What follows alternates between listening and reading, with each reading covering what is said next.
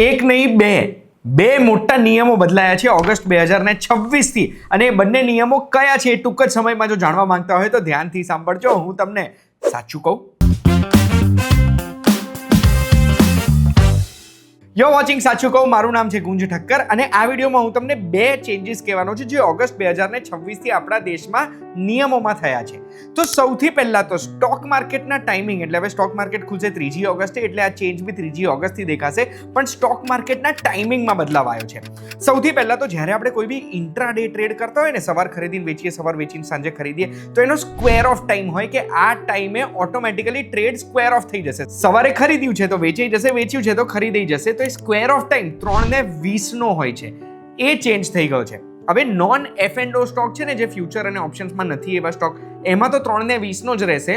પણ જે future and ઓપ્શનમાં જે સ્ટોક છે ને, એનો સ્ક્વેર ઓફ ટાઈમ ચેન્જ થઈને હવે 3 ને 5 નો થઈ ગયો છે. એટલે સોમવારથી જો આવા કોઈ ટ્રેડ તમે કરતા હોય તો આ ધ્યાન રાખજો.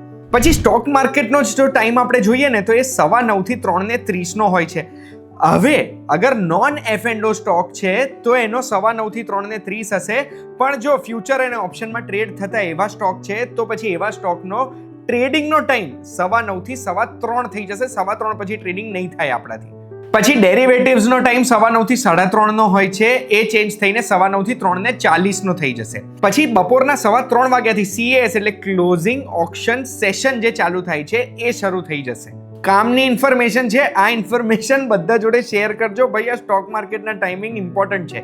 પછી બીજો ચેન્જ આવ્યો છે તત્કાલ ટિકિટ બુકિંગના નિયમોમાં. એટલે આપણે સેન્ટ્રલ વેસ્ટ રેલવે છે ને, એક નવું ટ્રાય કરી રહી છે, જે કદાચ પછી બધે ઇમ્પ્લિમેન્ટ થઈ જાય. તો એ શું કરશે કે જ્યારે ફિઝિકલી આપણે તત્કાલની ટિકિટ બુક કરવા જઈએ છીએ ને, તો હવે એક ટોકન સિસ્ટમ શરૂ થઈ જશે. ટોકન ખરીદવાની અને ટોકન પ્રમાણે આપણે આપણી ટિકિટની લાઈનમાં ઊભું રહેવાનું તત્કાલ ટિકિટની, જેનાથી બહુ જે ભીડ થઈ જાય છે, મિસમેનેજમેન્ટ થઈ જાય છે ને, એ ના થાય. અગર એસી ટ્રેનનું ટિકિટ બુકિંગ કરવી છે તો એની ટોકનો મળવાનું શરૂ થશે સવારના 8:30 થી 9ની વચ્ચે.